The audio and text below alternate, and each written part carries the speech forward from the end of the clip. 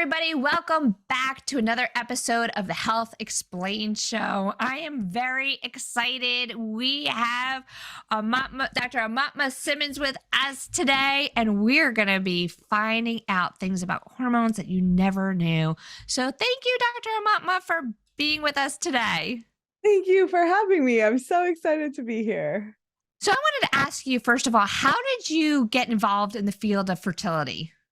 Yeah, that's a great question. I actually was going through my own exploration. I was in my early 30s and had married this man that wanted to have babies. And every time he would talk about children, my uterus would scream, no. And I kind of was like, well, what does that mean? Do I never want to have children? Do I want to have children, but when not with him, not right now? So I had to kind of parse through all of that. And in the process, I realized how many myths there are around fertility that are still propagated. Like, I learned in medical school that our fertility is going to drop off of a cliff and there's going to be no coming back from that. And as I was going through the research, I was like, wait, that's actually not true. So I started sharing about it with the women around me, and they're like, oh my God, I'm dealing with this too. Can you help me? So I kind of defaulted into fertility just because I was kind of irate about the fact that we had so much misinformation and no one was sharing what's actually really happening, what's going on that is causing the fertility struggles, and why are they drastically on the rise? And I think I know for myself, I remember spending so much of my life trying not to get pregnant that I just thought like, all right, when it was time to get pregnant, I just had to stop doing what I was doing. So just stop birth control and it's just going to happen. And I was shocked when it didn't. And I was like, wait a minute, this is a lot more work. And it's actually even surprising with all the things that have to line up that anyone ever gets pregnant in the first place. I know. I tell that to patients often. I'm like, it's miraculous that there are babies on this planet. It's like completely a miracle. And we kind of know that in some ways, right? We're like, oh, my little miracle. But in reality, like, if you know what all has to click into place in order for this miracle to happen, it's truly a miracle. Yes. What is something that you are like can explain in a really, interesting way that gets people to understand it? Yeah.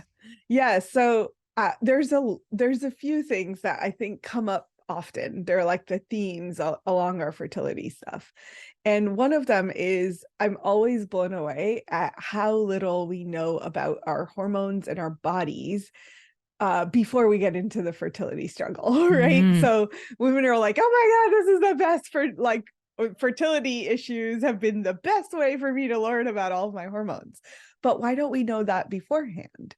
So here, if I may, I would love to like just share what's happening with each phase of our cycle in hopefully a way that makes it easy to understand. Yes. So we start our cycle, our month of cycling is starting with our menstrual cycle. At least that's what we accepted commonly in the medical world. So we start with our menses. And our menses is essentially a time when we are shedding away all of the lining that was essentially built because we wanted to have a child, right? It was all there for us to have a child. And when we didn't get pregnant, that it all needs to be shed away. So that gets shedded. And the first set of hormones, the first hormone that is going to get activated is going to be called follicle stimulating hormone. That's the hormone that essentially is from the brain telling the ovary, hey, time to make another follicle, time to make a few follicles. So the ovaries then respond and say, okay, like, gonna start making these follicles. A lot of times I'm gonna like kind of mimic this with like what's happening when fertility is a struggle.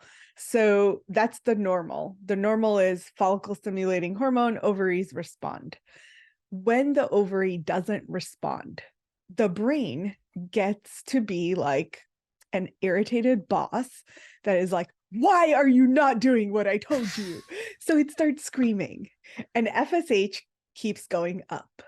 Now, FSH going up or getting high is one of the first indicators of fertility issues and potentially going to lower the quality of the egg, because now you have a boss screaming at you over your shoulder and trying to like yell at you for not doing what you're supposed to be doing.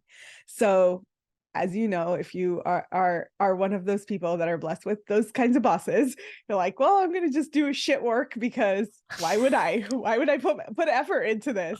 So the ovary puts out shit eggs. So that's why high FSH then relates to low egg quality. So FSH in the normal cycle, ovary responds, eggs are being produced.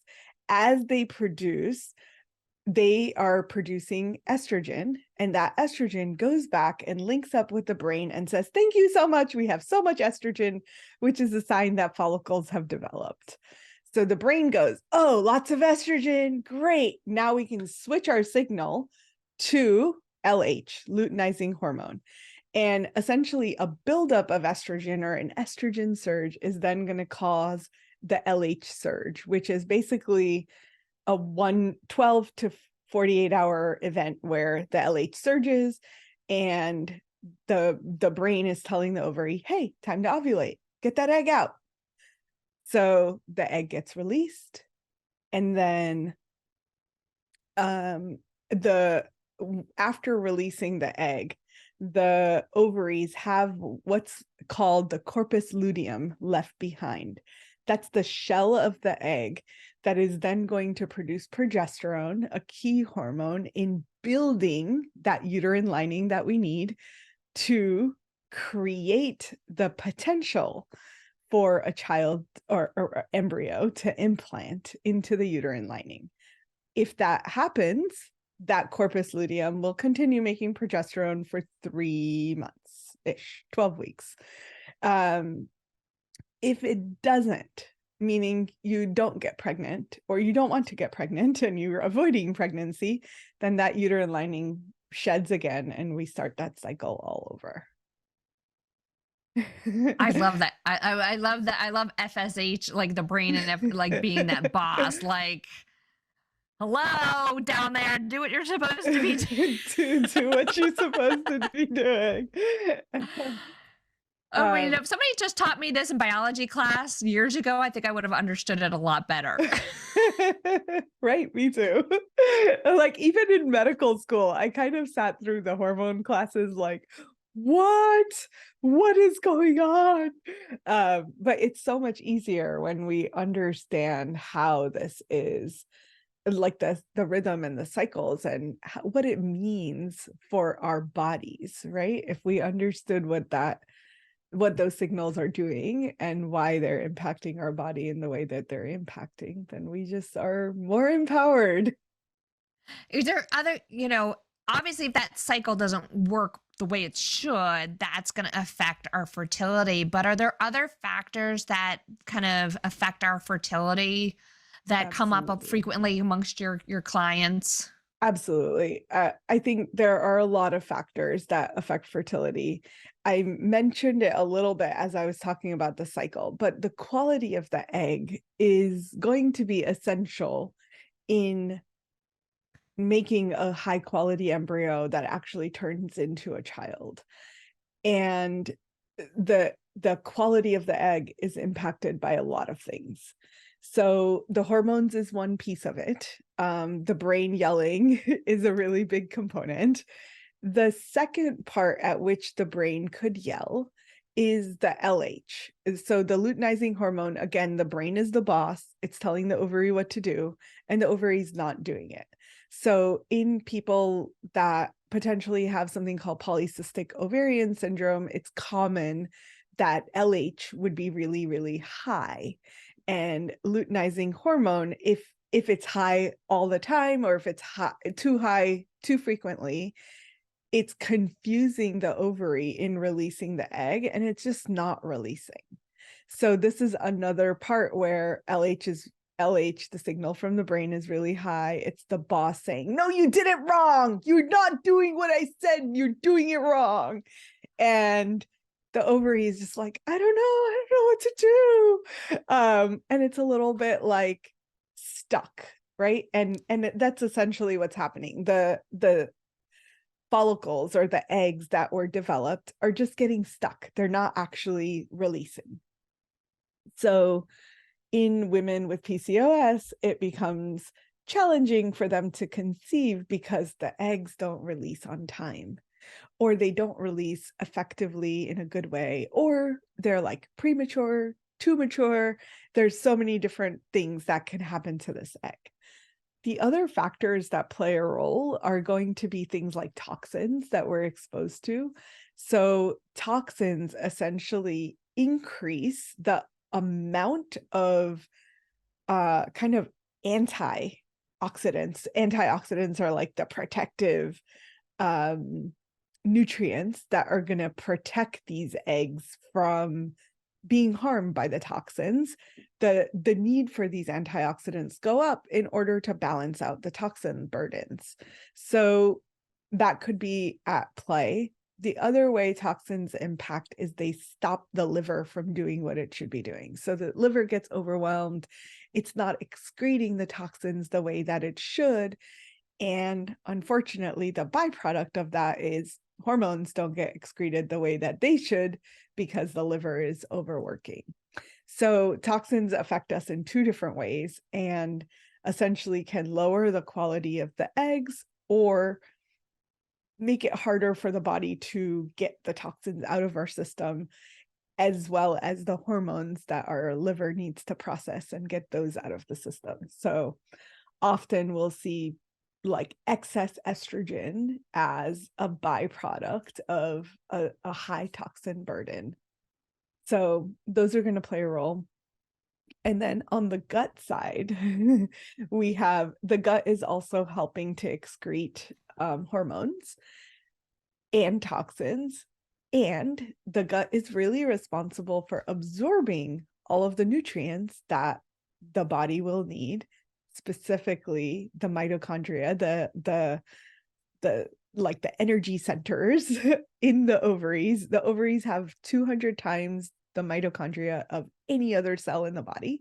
Wow. So yeah, so the mitochondria are like essential to protect these eggs that are developing every month. And like our human design is like so fascinating because we already knew that we needed so many mitochondria to make sure that these eggs are the best quality that they can be. And yet we're like overtaken by the environment that we're in. The women put on what is it, like 127 chemicals onto their body through skincare products, makeup, hair products, etc., before they even walk out of the house in the morning. So that Wow. level of toxin burden is essentially, especially over time. So we like, I was putting stuff in my hair since I was like 12, right? And I was wearing makeup since I was like 12 or 13. So that amount of time that my body was dealing with all of these toxins that I was exposing every single day, maybe even in micro doses. But if our body isn't able to process all of this, it's just accumulating, it's accumulating. And then when we get to that time where we're like, hey, time to have a baby, and we think it's going to happen instantly, and it doesn't. It's the decades of all of these things that we have been doing to our bodies that are building up, that are then making it harder for the ovary to do its job in making good quality eggs. And then on the flip side, men are going through the same stuff, right? So yes, they don't put on makeup, but they have plenty of products that they're also using. They may or may not admit it. And all of those are affecting sperm. So the same processes in terms of how the bodies work. I explained the cycle as far as women go, but men also have FSH and LH. The brain is also telling their body when to produce sperm and when to move those sperm to the testicles to be released when they're having sex. So it's essentially like the things that can lower the quality of the egg can also lower the quality of the sperm. So we really have kind of with fertility, it sounds like, oh, it's just making a baby. Like everyone should be able to make a baby. But as we've talked, like A, it's miraculous that it even happens. And B, there are so many things that we are doing throughout our lives that are just a little bit like little by little chipping away at the ability for us to create a healthy human. This is amazing. You got me thinking because I was like, obviously we did not evolve to be drinking out of plastic bottles and putting on all these cosmetics. So, like, our body doesn't know that difference. Like, when we're exposed to these toxins, it just knows that there's a stress. And that, like, and if you think about it, our body is really smart because it's like, oh, wait, there's something going on, and this is not the ideal time to be making a baby. So, we're going to kind of squelch that. But yet in our modern age, we're like, hey, why isn't this working? Not realizing that we have all these other stressors that the body is being really smart and actually responding to.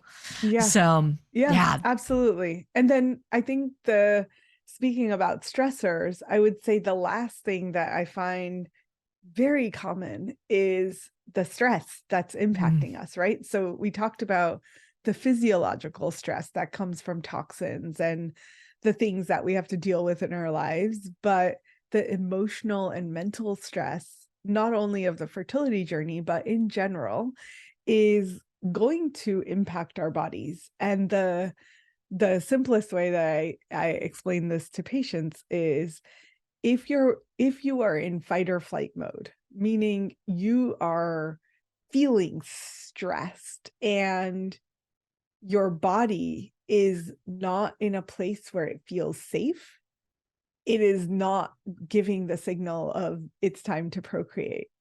So fight or flight equals no baby. Safety and security equals baby. So really like putting our mental, emotional, physical bodies in a place that we can ensure our safety. And it's not the safety of like, oh my God, I have to run from a tiger, right? Like that's not the level of safety that we need, because we've protected ourselves from that already. It's other types of safety. So it's really like the safety of, am I going to get food on time? Right? Like people that are, and we can go into this or not, different types of diets that help limit women's time of eating puts a stressor on our body. So if we don't know that we're going to eat at a very regimented time every single day, then the body's wigging out like, oh my God, am I going to get food? Is it safe? Is it safe? And that level of stress, even that little bit of stress that could theoretically be okay in other places, in other times in our life, is not okay if we're trying to have a baby. Wow, this is just absolutely so fascinating. And I love the fact that you can explain this stuff in such an easy way. Where can people find more information about you? The best place is on Instagram. So we're at Holistic Fertility Doctor.